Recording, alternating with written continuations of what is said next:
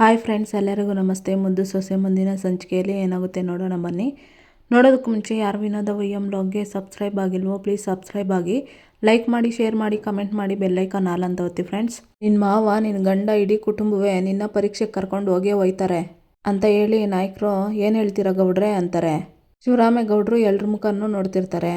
ಗೌಡ್ರೆ, ನಿಮ್ಮನ್ನೇ ಕೇಳ್ತಿರೋದು ಅಂತಾರೆ ನಾಯಕರು. ನೀವು ಹೇಳೋದು ಸತ್ಯ ನಾಯಕರೇ. ಯಾರೋ ಒಬ್ಬರು ವ್ಯಕ್ತಿ ಹೇಳೋ ಮಾತು ಅವ್ರಿಗಿಂತ ಈ ಸಿನಿಮಾ ನಟರು, ರಾಜಕೀಯ ನಾಯಕರು ಹೇಳೋ ಮಾತಿಂದ ಜನ ಪ್ರೇರಣೆ ಆಗ್ತಾರೆ, ಅವರನ್ನೇ ಗಮನಿಸ್ತಾ ಇರ್ತಾರೆ. ಅದನ್ನೇ ಮಾಡೋದಲ್ವೇ ಬಿಡಿ ಅಂತಾರೆ ಶಿವರಾಮೇಗೌಡರು. ನೋಡಮ್ಮ, ಈ ಪರಿಸ್ಥಿತಿಯಲ್ಲಿ ಎಕ್ಸಾಮ್ ಹೇಗೆ ಬರೆಯೋದು ಅಂತ ಚಿಂತೆ ಬಿಡು. ಯಾಕಂದರೆ ನಿನ್ನ ಜೊತೆಲಿ ಇಡೀ ಕುಟುಂಬ ಇರುತ್ತೆ. ನೀನು ಚೆನ್ನಾಗಿ ಓದಿ ಪರೀಕ್ಷೆ ಬರೆದು ನಿಮ್ಮ ಮಾವನಿಗೆ, ನಿನ್ನ ಗಂಡನಿಗೆ ಹೆಸರು ತಂದ್ಕೊಡು ಅಂತ ನಾಯಕರು ಹೇಳ್ತಾರೆ. ಖಂಡಿತವಾಗ್ಲೂ ಸರ್ ಅಂತೇಳಿ ವಿದ್ಯಾ. ಏನು ಇವು ನಾಯಕರೇ, ಕರ್ಕೊಂಡು ಹೋಯ್ತಿರ ತಾನೆ ಅಂತ ಕೇಳ್ತಾರೆ ನಾಯಕರು. ಭದ್ರ ಶಿವರಾಮೇಗೌಡ್ರ ಮುಖ ನೋಡ್ತಾನೆ.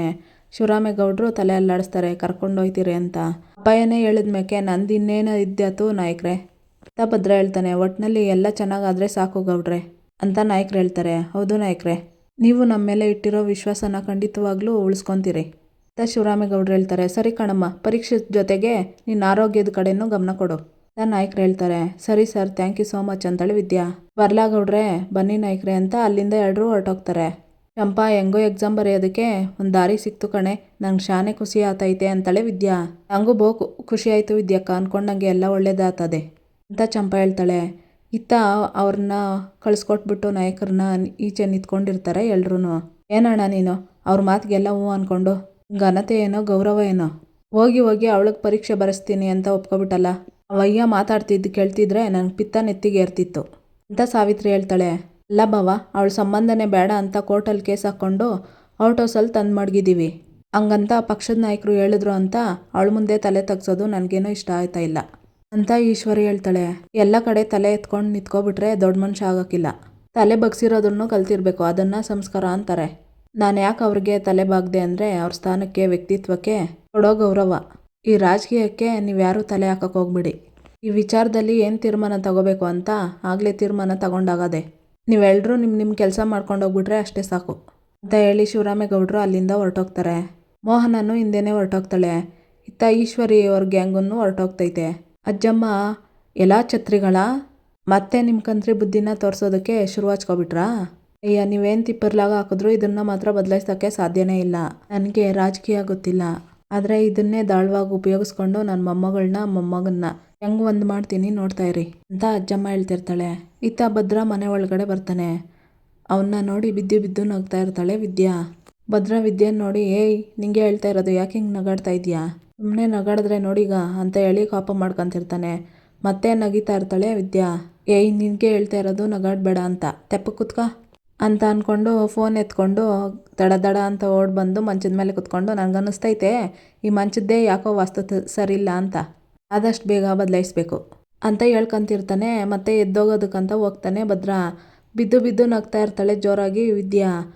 ನಾನು ಅಷ್ಟೊಂದು ಸರಿ ಹೇಳ್ತಾ ಇದ್ದೀನಿ, ಮತ್ತೆ ನಗ್ತಾನೆ ಅವಳಲ್ಲ.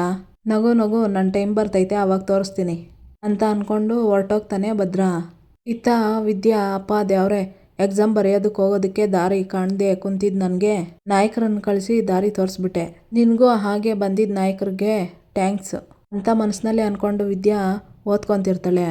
ಭದ್ರ ಬಂದು ಕುತ್ಕೊತಾನೆ. ಪರೀಕ್ಷೆ ಬರೆಯೋದಕ್ಕೆ ಹೋಯ್ತೀನೋ ಇಲ್ಲೋ ಅಂತ ಗೊತ್ತಿಲ್ದೇನೆಯ ಆ ಪಾಟಿ ಓದ್ತಾ ಇದ್ಲು. ಇನ್ನು ಇವಾಗ ಕೇಳಬೇಕಾ? ಅಯ್ಯೋ ದೇವ್ರೆ, ಬೆಳಕರಿಯೋ ತನಕ ಓದಿದ್ಲು ಈ ಮಹಾತಾಯಿ ಅಂತ ಮನಸ್ಸಿನಲ್ಲೇ ಅಂದ್ಕೊಂಡು, ಒತ್ತಾರಿಕೆ ಒತ್ತನಂತೆ ರೆಡಿ ಆಗ್ಬಿಡು ಅಂತ ಭದ್ರ ಹೇಳ್ತಾನೆ. ಮುಖ ನೋಡಿ ಸುಮ್ಮನೆ ಇರ್ತಾಳೆ ವಿದ್ಯಾ. ಏಯ್, ನಿನಗೆ ಹೇಳ್ತಾ ಇರೋದು ಕೇಳಿಸ್ತಾ ಇಲ್ವೇ ಅಂತಾನೆ ಭದ್ರ. ಎಲ್ಗೋ ಕಾಣೆ ಅಂತಾಳೆ ವಿದ್ಯಾ. ಗೌಡ್ನಪ್ಪನ ತಿಪ್ಪೆಗೆ ಅಂತಾನೆ ಭದ್ರ. ಹೌದೇ, ಅಲ್ಲಿ ನಾನೇನು ಮಾಡೋಕ್ಕೋ ಅಂತ ವಿದ್ಯೆ ಹೇಳ್ತಾಳೆ. ಯಾಕೆ ಯಾವ ಥರ ಆಡ್ತಿದ್ಯೋ? ಏನು ಮಾಡಲಿ, ಹಾಳಾದ ಟೈಮು, ಆ ಬಡ್ಡಿ ನನ್ನ ಮಗಂದು ಸರಿಯಿಲ್ಲ, ಅದಕ್ಕೆ ಹಿಂಗೆಲ್ಲ ಆಯ್ತಾ ಇರೋದು ಅಂತ ಹೇಳ್ತಿರ್ತಾನೆ ಭದ್ರ. ಮಾಡೋದೆಲ್ಲ ಮನುಷ್ಯ ಮಾಡೋದು, ಆದರೆ ಎಲ್ಲನೂ ಟೈಮ್ ಮೇಲೆ ಎತ್ತಾಕ್ಬಿಡೋದು. ಪಾಪ ಅದೇನು ಮಾಡಿತ್ತೋ ಕಾಣೆ ಅಂತಿರ್ತಾಳೆ ವಿದ್ಯಾ. ನೋಡು ಅಂತಾನೆ ಭದ್ರ. ನಿಮ್ಮನ್ನೇ ನೋಡ್ತಾ ಇದ್ದೀನಿ ಅಂತಾಳೆ ವಿದ್ಯಾ.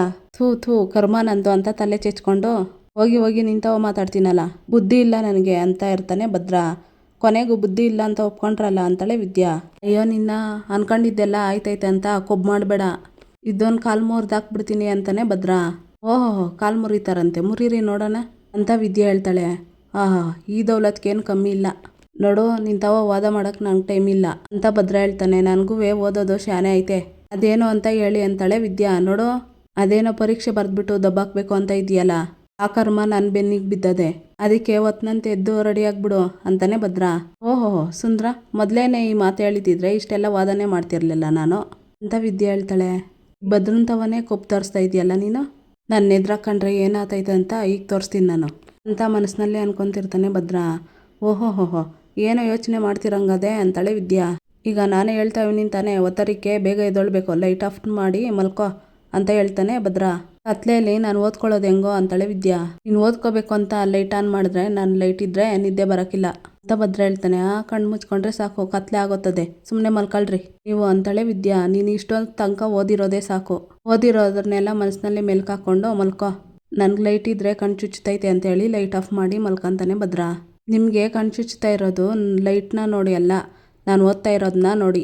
ನನಗೆ ನಾಳೆ ಎಕ್ಸಾಮ್ ಐತೆ, ಇನ್ನೊಂದು ಸರಿ ರಿವಿಷನ್ ಮಾಡ್ಕೋಬೇಕು, ಸುಮ್ಕೆ ಆಟ ಆಡಬೇಡಿ, ಲೈಟ್ ಆನ್ ಮಾಡಿ ಅಂತ ವಿದ್ಯಾ ಹೇಳ್ತಾಳೆ.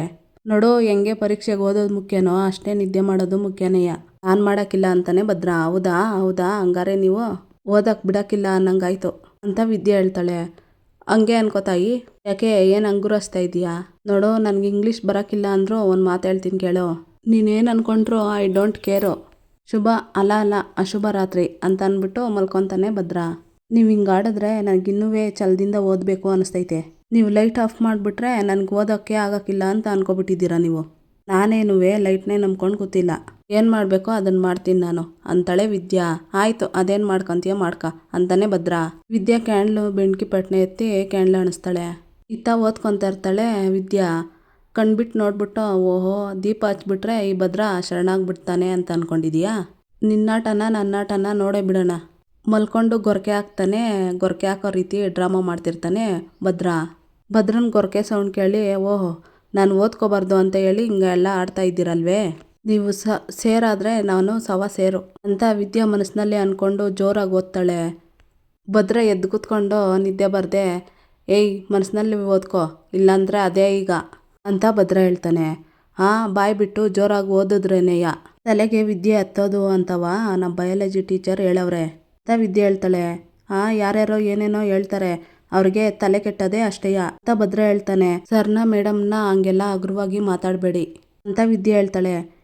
ನಾನು ಅವ್ರ ಬಗ್ಗೆ ಎಲ್ಲ ಹಂಗೆಲ್ಲ ಮಾತಾಡ್ತಾ ಇಲ್ಲ, ಅದೇನು ಓದ್ತಾ ಇದೆಯೋ ತೆಪ್ಪಗೆ ಮನಸ್ಸಲ್ಲಿ ಓದ್ಕೋ ಅಂತ ಭದ್ರ ಹೇಳ್ತಾನೆ. ಇಲ್ಲ ನಮ್ಮ ಮೇಡಮ್ ಹೇಳಿರೋ ಮಾತನ್ನ ಯಾವತ್ತೂ ಮೀರೋಕ್ಕಿಲ್ಲ, ಬೇಕಾದರೆ ಕಿವಿಗೆ ಹತ್ತಿ ಮಾಡ್ಕೊಂಡು ಮಲ್ಕೊಳ್ಳಿ, ಯಾವಳು ಬೇಡ ಅಂದಳು ಅಂತ ವಿದ್ಯೆ ಹೇಳ್ತಾಳೆ. ನೀನು ಯಾಕೆ ಹಿಂಗೆ ಆಡ್ತಾ ಇದ್ದೀಯ ಅಂತ ನಂಗೆ ಬೋಸ್ ಅಂದಾಗ ಗೊತ್ತು, ನನಗೂ ಟೈಮ್ ಬರ್ತದೆ, ಟೈಮ್ ನೋಡ್ಕೊಂಡು ವಿಚಾರಿಸ್ಕೊತೀನಿ, ಮುಂದುವರ್ಸ್ಕೊಳ್ಳಿ ಅಂತ ಹೇಳಿ ಲೈಟ್ ಆನ್ ಮಾಡಿ ಮಲ್ಕೊತಾನೆ ಭದ್ರ. ಕಣ್ಣು ಮುಚ್ಕೊಂಡು ನಿದ್ದೆನೆ ಮಾಡ್ತಾವ್ರಲ್ಲ, ಇವ್ರಿಗೇನಾದ್ರೂ ಕೊಟ್ಲೆ ಕೊಡ್ಬೇಕಲ್ಲ ಅನ್ಕೊಂಡು ಮನಸ್ಸಲ್ಲಿ ವಿದ್ಯಾ ಜೋರಾಗಿ ಓದ್ತಾಳೆ. ಅಂಡಾಳಿನ ತಂದು ಲೈಟ್ ಆನ್ ಮಾಡಿ ಇವ್ನಿ ತಾನೆ ಮೆತ್ಕೋತ್ಕ ಅಂತಾನೆ ಭದ್ರ. ಮಾರನೇ ದಿವಸ ಬೆಳಗ್ಗೆ ಶಿವರಾಮೇಗೌಡರು ಮನೆ ಹತ್ರಗೆ ಪ್ರೆಸ್ ಅವ್ರು ಬರ್ತಾರೆ. ಹಲೋ ಹಾಯ್ ನಮಸ್ಕಾರ ವೀಕ್ಷಕರೇ, ಇವತ್ತಿನ ರಾಜಕಾರಣಿ ರಾಜಗೃಹ ಅನ್ನೋ ವಿಶೇಷ ಕಾರ್ಯಕ್ರಮಕ್ಕೆ ಸ್ವಾಗತ. ಈ ಒಂದು ಕಾರ್ಯಕ್ರಮದಲ್ಲಿ ರಾಜಕಾರಣಿಗಳ ಮನೆ ಹೇಗಿರುತ್ತೆ, ಅವರ ಮನೆಯ ಒಂದು ವಾತಾವರಣ ಹೇಗಿರುತ್ತೆ, ಹಾಗೆಯೇ ಅವ್ರ ಕುಟುಂಬ ಸದಸ್ಯರ ಒಡನಾಟ ಹೇಗಿರುತ್ತೆ ಅಂತ ನಿಮಗೆ ತೋರಿಸ್ತಾ ಹೋಗ್ತೀವಿ. ಸದ್ಯಕ್ಕೆ ನಾನು ಶಿವರಾಮೇಗೌಡರಾದಂತಹ ಮಿನಿಸ್ಟ್ರ್ ಮನೆ ಒಳಗಡೆ ಬಂದಿದ್ದೀನಿ. ಹಾಗೆ ಇವ್ರ ಮನೇಲಿ ಎಷ್ಟು ಜನ ಇದ್ದಾರೆ, ಹಾಗೆ ಅವ್ರ ಮನೇನ ನಿಮಗೆ ತೋರಿಸ್ತಾ ಹೋಗ್ತೀನಿ. ಮೊದಲನೇದಾಗಿ ಶಿವರಾಮೇಗೌಡರಾದಂತಹ ಅವ್ರ ತಾಯಿಯವರು ಭಾಗೀರಥಿಯವರು ನಮ್ಮ ಜೊತೆಲಿದ್ದಾರೆ, ಅವ್ರ ಜೊತೆ ಮಾತಾಡ್ತಾ ಹೋಗೋಣ. ಹಾಗೆ ಮಿನಿಸ್ಟ್ರು ಫ್ಯಾಮಿಲಿ ಅವ್ರ ಜೊತೆನೂ ಮಾತಾಡಿಸ್ತೀನಿ ಅಂತ ಹೇಳ್ಕೊಂಡು ಪ್ರೆಸ್ನವರು, ಅಜ್ಜಿ ನಮಸ್ಕಾರ ಹೇಗಿದ್ದೀರಾ ಅಂತ ಕೇಳ್ತಾರೆ. ಅಜ್ಜಮ್ಮ ನಮಸ್ಕಾರ ಕಣವ್ವ, ನಮಸ್ಕಾರ, ಅದ್ಯಾರು ನಿಮಗೆ ಒಳ್ಳೇದು ಮಾಡಲಿ ಅಂತ ಹೇಳ್ತಾಳೆ. ನಮ್ಮ ಕಾರ್ಯಕ್ರಮಕ್ಕೆ ಸ್ವಾಗತ, ಮೊದಲನೇದಾಗಿ ನಿಮ್ಮ ಪರಿಚಯವನ್ನು ವೀಕ್ಷಕರಿಗೆ ತಿಳಿಸ್ಕೊಡಿ ಅಂತ ಟಿವಿ ಚಾನಲ್ ಅವರು ಹೇಳ್ತಾರೆ. ಅದಕ್ಕೇನಂತೆ ಕಣವ್ವ, ಕೊಡು ಇಲ್ಲಿ ತಾತ ಇಲ್ಲಿ ಅಂತ ಮೈಕ್ ಇಸ್ಕೊಂಡು, ಎಲ್ರಿಗೂ ನಮಸ್ಕಾರ, ನಾನು ಭಾಗೀರಥಿ, ನಿಮ್ಮ ಪ್ರೀತಿಯ ಮಂತ್ರಿ ಅವರಲ್ಲ ಶಿವರಾಮೇಗೌಡರು ಅವ್ರವ್ವ ನಾನು ಅಂತ ಅಜ್ಜಮ್ಮ ಹೇಳ್ತಿರ್ತಾಳೆ. ಅಜ್ಜಿ ನಿಮ್ಮ ಹೆಸರು ಮಾತ್ರ ಹೇಳಿದ್ರಿ, ನಿಮ್ಮ ಗಂಡನ ಹೆಸರು ಹೇಳಲೇ ಇಲ್ಲ ಅಂತ ಟಿವಿ ಚಾನಲ್ ಅವರು ಕೇಳ್ತಾರೆ. ಅಂತ ನಾಚಿಕೆ ಪಟ್ಕೊಂಡು, ಸುಮ್ಕಿರವ್ವ ನೀನು, ಹಂಗೆಲ್ಲ ಕಟ್ಕೊಂಡು ಗಂಡನ ಹೆಸರು ಹೇಳ್ಬಾರ್ದು, ಈಗಿನ ಕಾಲದವ್ರಿಗೆ ಏನು ಗೊತ್ತೇ ಆಗೋಕ್ಕಿಲ್ಲ ನೋಡಿ ಅಂತ ಅಜ್ಜಮ್ಮ ಹೇಳ್ತಿರ್ತಾಳೆ. ಏನಜ್ಜಿ ಈಗ ನಾಚ್ಕೊತಾ ಇದ್ದೀರಾ? ನೋಡಿದ್ರಲ್ಲ ವೀಕ್ಷಕರೇ, ಅಜ್ಜಿ ಹೇಗೆ ನಾಚ್ಕೊತಾ ಇದ್ದಾರೆ ಅಂತ. ಅಜ್ಜಿ ನಮ್ಮ ವೀಕ್ಷಕರಿಗೆ ಅರ್ಥ ಆಗಿರುತ್ತೆ ಬಿಡಿ, ಸರಿ ಹೇಳಿ ನಿಮ್ಮ ಮಗನ ಬಗ್ಗೆ ನಿಮ್ಮ ಅಭಿಪ್ರಾಯ ಏನು ಅಂತ ಕೇಳ್ತಾರೆ ಟಿವಿ ಚಾನಲ್ ಅವರು. ಊರಿಗೆ ಅರ್ಸ ಆದ್ರೂ ತಾಯಿಗೆ ಅವನು ಮಗನೇ ಅಲ್ವೇನಮ್ಮ, ಅವನು ನನ್ನ ಮಗ ಅಂತ ಹೇಳ್ಕೊಳಕ್ಕೆ ಹೆಮ್ಮೆ ಆಗ್ತೈತೆ ನಂಗೆ ಅಂತ ಮಗನಿಗೆ ಜನ್ಮ ಕೊಟ್ಟ ನನ್ನ ತಾಯ್ತನ ಸಾರ್ಥಕವಾಯ್ತು ಕಣವ್ವ ಅಂತ ಅಜ್ಜಮ್ಮ ಹೇಳ್ತಿರ್ತಾಳೆ. ತುಂಬ ಸಿಂಪಲ್ಲಾಗಿ ಹೇಳಿದ್ರು, ಸೂಪರಾಗಿ ಹೇಳಿದ್ರಿ. ಅಂದಾಗೆ ಅಜ್ಜಿ ಇವತ್ತು ನಿಮ್ಮ ಪ್ಲ್ಯಾನ್ ಏನು ಅಂತ ಟಿ ವಿ ಚಾನಲ್ನವರು ಕೇಳ್ತಾರೆ. ಈಗ ನೀನು ಒಳ್ಳೆ ಪ್ರಶ್ನೆ ಕೇಳಿದೆ ನೋಡವ್ವ. ನೀನು ಒಳ್ಳೆ ದಿನನೇ ಬಂದಿದೀಯಾ. ಯಾಕಂದರೆ ಇವತ್ತು ನಮ್ಮ ಮುದ್ದಿನ ಸೊಸೆ ಪರೀಕ್ಷೆ ಬರೆಯೋದು ಕೊಂಟವಳೆ. ಅದೇ ಇವತ್ತಿನ ವಿಶೇಷ ಅಂತ ಅಜ್ಜಮ್ಮ ಹೇಳ್ತಾಳೆ. ಅಯ್ಯೋ ಅಜ್ಜಿ, ಪರೀಕ್ಷೆ ಎಲ್ರಿಗೂ ಕಾಮನ್ ಆಗಿರುತ್ತೆ, ಅದರಲ್ಲೇನು ವಿಶೇಷತೆ ಇದೆ ಅಂತ ಟಿ ವಿ ಚಾನಲ್ನವರು ಕೇಳ್ತಾರೆ. ಅದೇ ಕಣವ್ವ, ಅದೇ ನಮ್ಮನೆ ಮುದ್ದು ಸೊಸೆ ಕನ್ಸಂದಾಗ ಓದಿ ದೊಡ್ಡ ಡಾಕ್ಟರ್ ಆಗಬೇಕು ಅನ್ನೋದು. ಆ ಕನ್ಸನ್ನ ಅವಳು ಮದುವೆ ಆದ್ಮೇಲೇನು ಬಿಡದೆ ಈಗ ನನ್ಸ್ ಮಾಡ್ಕೊಳಕ್ ಹೊಂಟವಳೆ. ಅದಕ್ಕೆ ನನ್ನ ಮಗ ನನ್ನ ಮೊಮ್ಮಗ ಎಲ್ಲ ಒತ್ತಾಸೆಯಾಗಿ ನಿಂತವ್ರೆ ನೋಡವ್ವ.